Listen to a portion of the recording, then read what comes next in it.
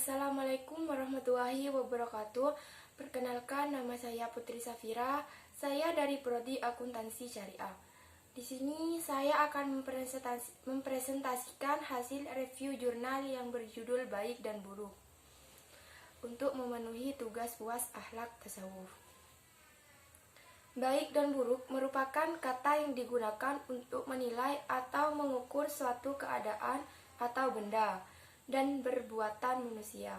Sehingga dalam Al-Quran banyak istilah yang identik yang sering digunakan. Misalnya Khair dan Hasan al-Thayyib.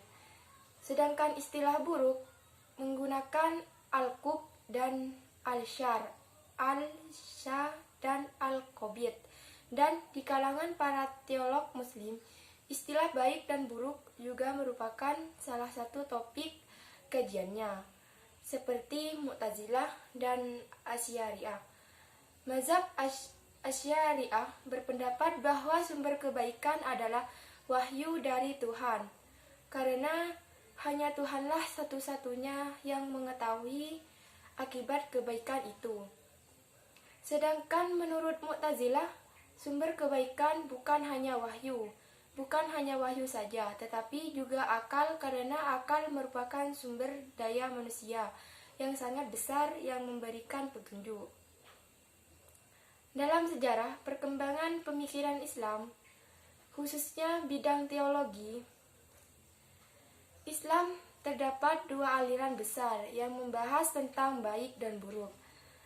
Aliran tersebut adalah Mu'tazilah dan Asy'ariyah. Asy'ariyah muncul atas usaha dan keberanian Abu Musa al-Asy'ari.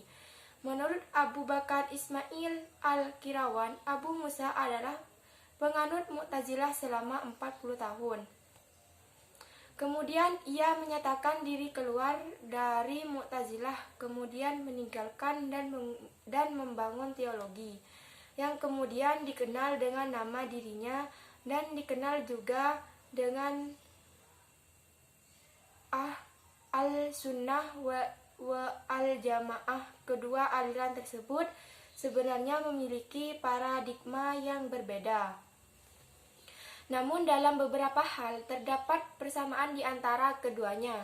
Di antaranya adalah yang berkaitan dengan persoalan baik dan buruk, yang sering disebut dengan persoalan etika.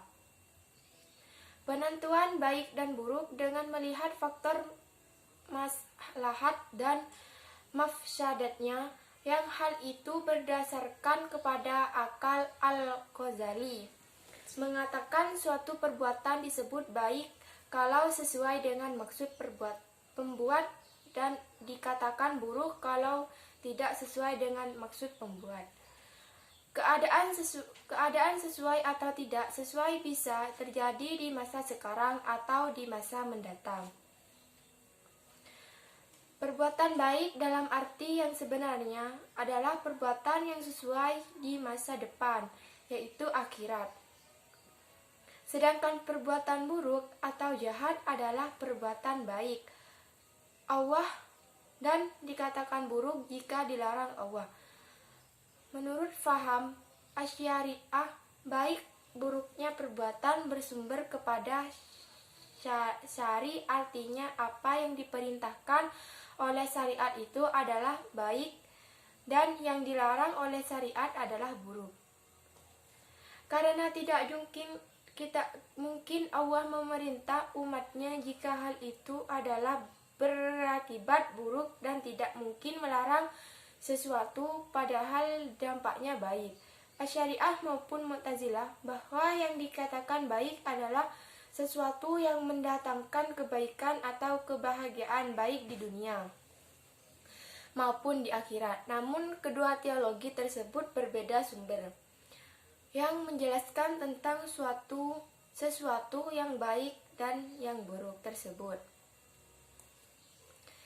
Makna baik dan buruk secara etika berarti baik dan buruk dalam kajian filsafat, sebab etika adalah cabang dari filsafat. Pembahasan secara filsafat berarti pembahasan secara rasional. Etika diperoleh dari pemikiran manusia. tentang sesuatu yang baik dan yang buruk sehingga dipahami bahwa secara etika berarti berdasarkan pemikiran kritis, sistematis, dan mendasar.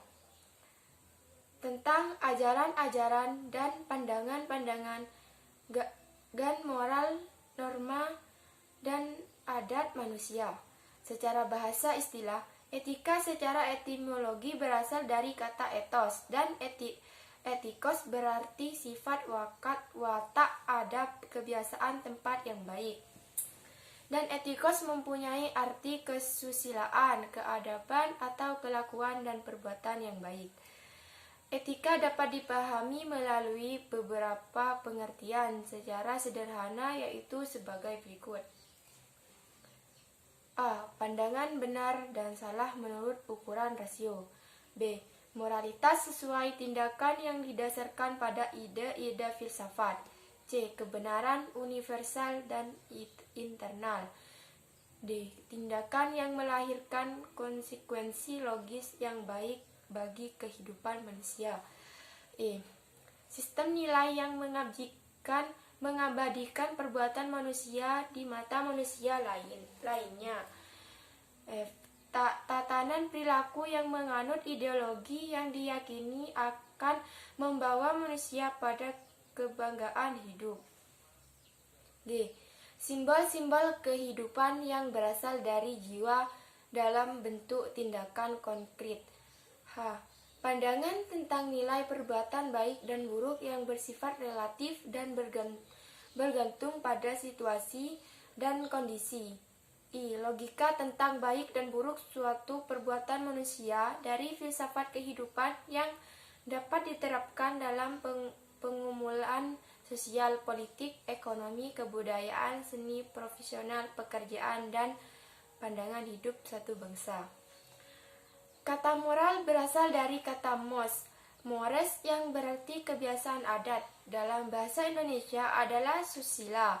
Dalam arti istilah, moral adalah suatu istilah yang digunakan untuk menentukan batas-batas dari sifat perangai, kehendak, pendapat, atau perbuatan yang secara layak dapat dikatakan benar, salah, atau baik buruk.